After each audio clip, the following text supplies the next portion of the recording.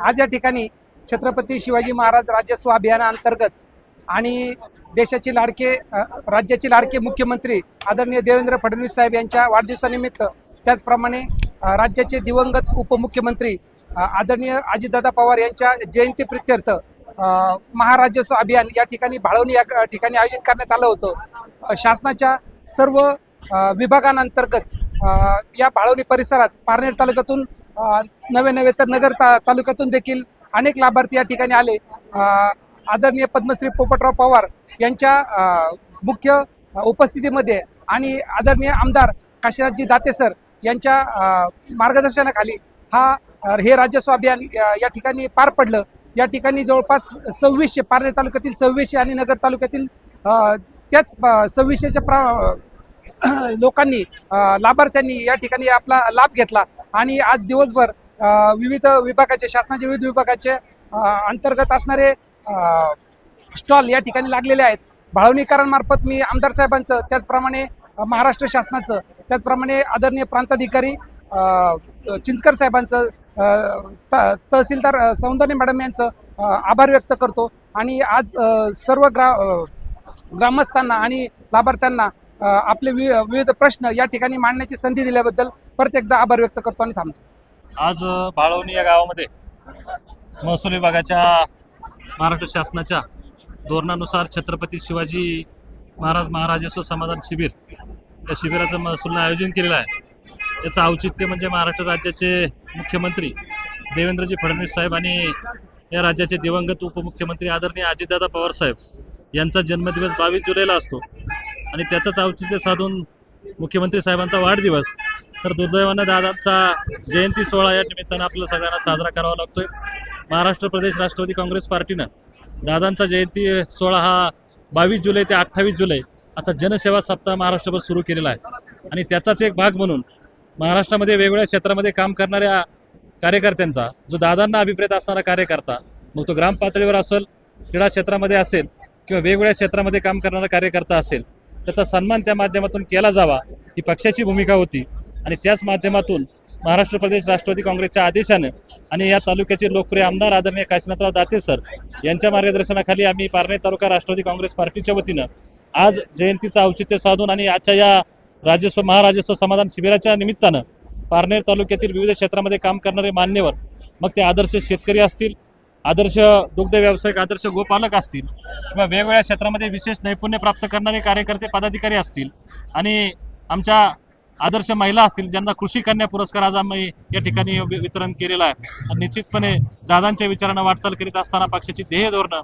ही दादांना अभिप्रेत असणारं कार्य करणं ही पक्षाची जबाबदारी आहे आणि त्याच माध्यमातून या पारनेर तालुक्यामध्ये आदरणीय आमदार साहेब एक विकासाभिमुख नेतृत्व करत असताना दादांचा पुरोगामी विचार जिवंत ठेवण्याचं आणि ते पुढं सातत्यानं पुढे नेण्याचं काम या जयंतीच्या माध्यमातून महाराष्ट्रभर आणि पारनेर तालुक्यामध्ये आम्ही राष्ट्रवादी काँग्रेस पार्टीच्या माध्यमातून या ठिकाणी केलेला आहे।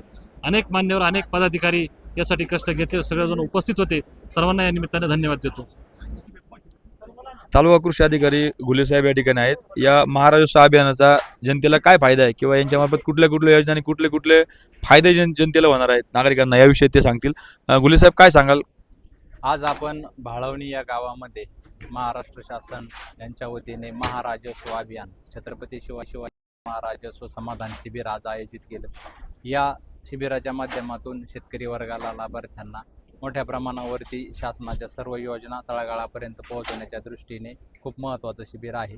कृषी विभागाच्या माध्यमातून आपण वर्षभर वेगवेगळ्या प्रकारच्या योजना राबवत असतो। याच्यामध्ये आज आपण रानभाजी महोत्सवाचं देखील आयोजित केलेलं आहे। तसेच प्रधानमंत्री सूक्ष्म अन्न प्रक्रिया जी योजना आहे, तर याच्यामधून आपण शेतकऱ्यांना किंवा जे उद्योजक आहेत, नवउद्योजक, त्यांना आपण 40% त्यांचे जे उद्योग असतील अन्न प्रक्रियाशी रिलेटेड त्याच्यावरती देतोय। त्याचबरोबर पीक विमा योजना ही सुद्धा अत्यंत महत्त्वाची आहे। खरीप हंगामाच्या दृष्टीने एल निनोचा प्रादुर्भाव किंवा जो इफेक्ट आपल्याला मोठ्या प्रमाणावरती जाणवत आहे किंवा पारनेरचा जर आपण निम्मा पोर्शन जर बघितला, निगोज आणि इकडचा जर विचार केला तर मोठ्या प्रमाणावरती पाण्याचं दुर्भिक्ष किंवा पाऊस पाहिजे तेवढा झालेला नाही। त्यामुळे शेतकऱ्यांनी पीक विमा योजनेमध्ये सहभागी होणं गरजेचं आहे।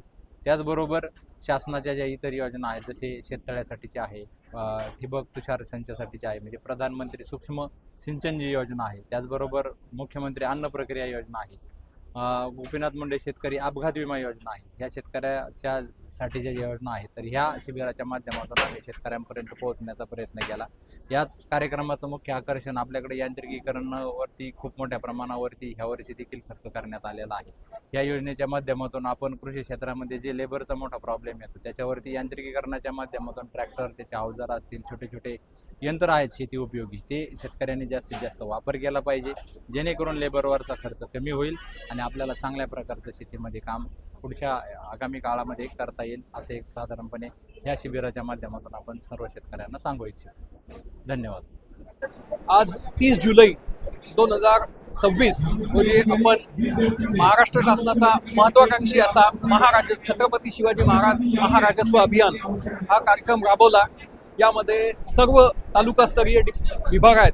त्या विभागांनी आम्हाला मीटिंग घेतल्यानंतर आम्हाला लाभार्थ्यांची यादी दिली आणि त्या लाभार्थ्यांची यादी आपण फायनल करून त्या लाभार्थ्यांना आज जवळजवळ 5,000 लाभार्थ्यांना आपण पारनेर तालुक्यातील आणि पारनेर असेंब्ली कॉन्स्टिट्युएन्सी जी आहे त्याच्यामधील नगर तालुक्याचा जो भाग आहे त्याचे असे दोन्हींचे मिळून आपण जवळजवळ 5,000 पेक्षा जास्त लाभार्थ्यांना आज इथे लाभ दिलेला आहे.